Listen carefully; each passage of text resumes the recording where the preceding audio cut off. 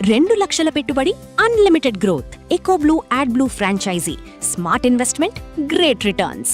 ఆంధ్రప్రదేశ్ తెలంగాణల మధ్య బంధాన్ని మరింత బలోపేతం చేసే దిశగా అడుగులు పడుతున్నాయి. ఎందుకంటే గ్రీన్ఫీల్డ్ హైవేతో ఆంధ్రప్రదేశ్ తెలంగాణని ప్రధానంగా Hyderabad to Amaravati, via Amaravati to Machilipatnam, ఇది ఒక గ్రీన్ఫీల్డ్ హైవే, 12 వరుసల రహదారి, భారీ రహదారిని express way, axis controlled express way కింద డెవలప్ చేయాలని భావిస్తున్నారు. దీంతో పాటు ప్యారలల్గా high speed bullet train proposals కూడా నడుస్తున్నాయి.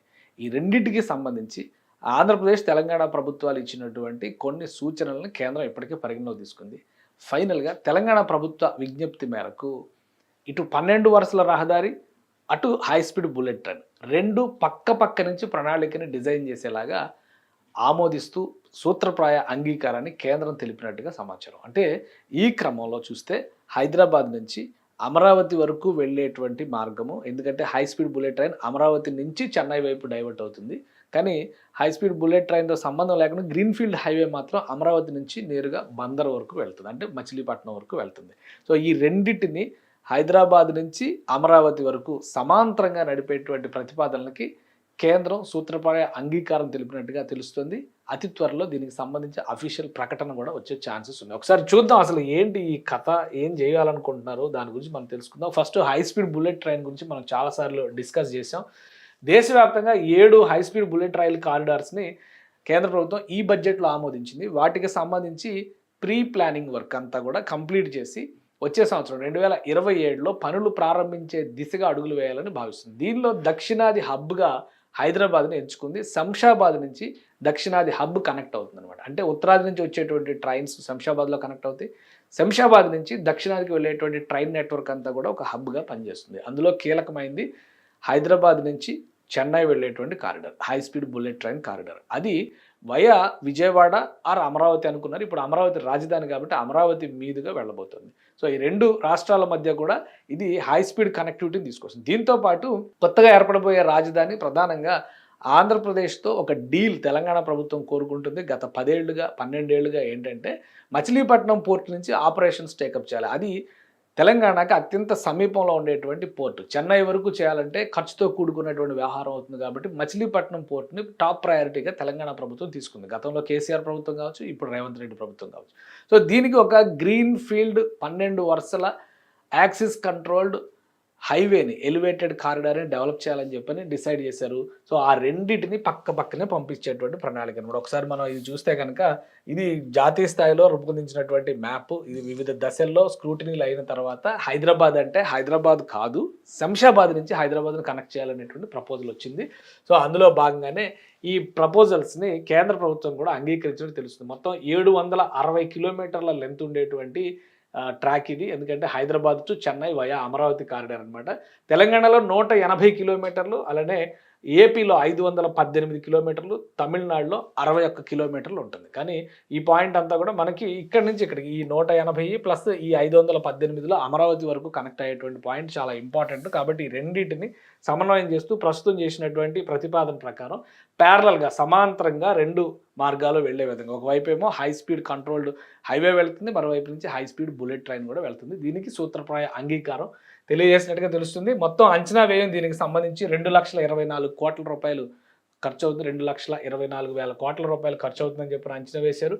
తెలంగాణ పరిధిలో 180 భూమి కావాల్సినటువంటి భూమి, మొత్తం ట్రాక్కి సంబంధించి 790 హెక్టార్ల భూమి సేకరించాల్సినటువంటి అవసరం ఉంటుంది.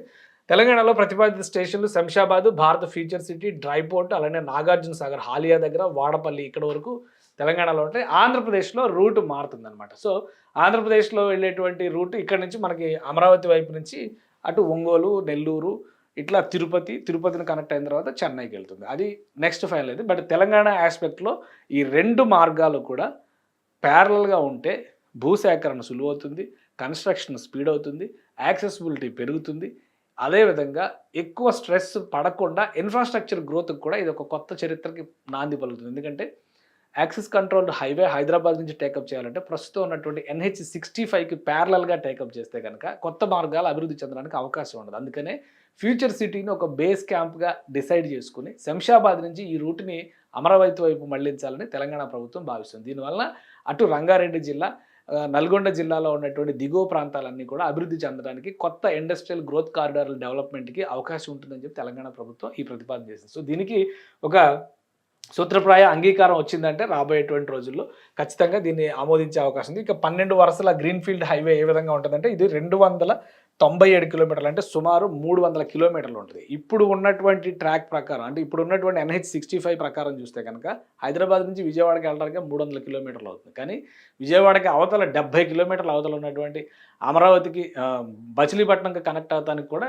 ఇక్కడ 300 కిలోమీటర్లు అవుతుంది. అంటే డిస్టెన్స్ కూడా తగ్గుతుందని చెప్పని ఈ మార్గం నుంచి డెవలప్ చేయాలనేటువంటి ప్రతిపాదన చేశారు. సో 12 వరుసల గ్రీన్ఫీల్డ్ ఎక్స్ప్రెస్ వే ఉంటుంది. దీన్ని ముచ్చెర్ల ఫీచర్ సిటీ సమీపంలో తిప్పారెడ్డిపల్లి దగ్గర నుంచి ప్రారంభమవుతుంది. 118 కిలోమీటర్లు తెలంగాణలో ఈ మార్గం డెవలప్ అవుతుంది.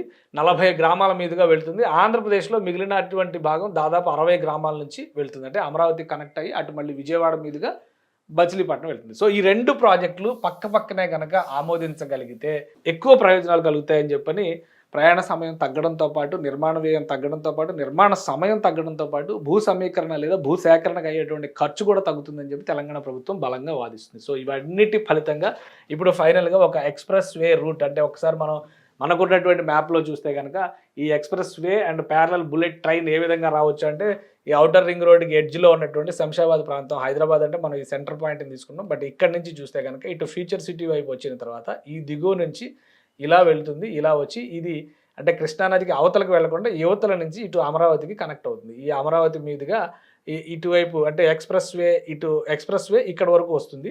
ఈ అమరావతి వీధిగా వెళ్ళేటువంటి దానిలో బుల్లెట్ ట్రైన్ ఇటు నుంచి ఇటు ట్రైన్ టర్న్ అవుతుంది. బట్ ఎక్స్ప్రెస్ వే మాత్రం ఇక్కడ ఇన్నర్ రింగ్ రోడ్ కానీ అవుటర్ రింగ్ రోడ్ కానీ కనెక్ట్ అయ్యి ఇటు విజయవాడ సమీపం నుంచి మళ్ళీ బందర్ వరకు వెళ్తుంది. సో ఇక్కడ కేవలం ఈ చివరి 70-80 కిలోమీటర్లో మాత్రమే లేదా ఒక 100 కిలోమీటర్లో మార్పు రావచ్చు. బట్ మేజర్ పోర్షన్ అంతా కూడా కొత్త రూట్ని డెవలప్ చేసేటువంటి మార్గం అవుతుంది. ప్రస్తుతం NH65 చూస్తే కనుక మనం కృష్ణానదికి అవతల వైపు నుంచి వస్తుంది అనమాట. ఇటు సూర్యాపేట, కోదాడ వైపు నుంచి ఇటు విజయవాడకి కనెక్ట్ అవుతుంది. ఇటు ఆల్రెడీ ఇది బందర్కి రోడ్డు ఉంది. అది కాకుండా మరొక రోడ్డు డెవలప్ చేయాలనేదే ఇక్కడ ప్రణాళిక. సో ఇక్కడంతా కూడా పోర్ట్ రిలేటెడ్ యాక్టివిటీ, అందుకే డ్రై పోర్ట్ మీదుగా వెళ్తుంది. అంటే ఇక్కడ పోర్ట్ లేకపోయినా కానీ పోర్ట్ యాక్టివిటీస్ అన్నీ కూడా డ్రై పోర్ట్ దగ్గర క్లియర్ చేస్తారు. కస్టమ్స్ క్లియరెన్స్ చేసేటువంటి అవకాశం కూడా అక్కడి నుంచి ఉంటుంది. యాక్సెస్ కంట్రోల్డ్ హైవే కాబట్టి ఆ వెహికల్స్ ఎక్కడ ఆగుతుంది అనేది కూడా చూడడానికి అవకాశం ఉంటుంది. సో అవి నేరుగా పోర్ట్ ఏరియాకి వెళ్ళి ఎక్స్పోర్ట్ చేయడానికి అవకాశం కలుగుతుంది. ఈ 2 అంశాలను దృష్టిలో పెట్టుకుని తెలంగాణ ప్రభుత్వం ఈ ప్రతిపాదనని కేంద్ర ప్రభుత్వం ముందర పెట్టింది. సూత్రప్రాయ అంగీకారానికి కేంద్ర ప్రభుత్వం వచ్చినట్టుగా తెలుస్తుంది. సో ఈ 2 ప్రాజెక్టులు ప్యారలల్గా సమాంతరంగా అయితే కనుక 2 తెలుగు రాష్ట్రాలకి ప్రయోజనం. At the same time infrastructure growth stories కూడా కొత్త పవర్ పాయింట్స్ యాడ్ అవుతాయి.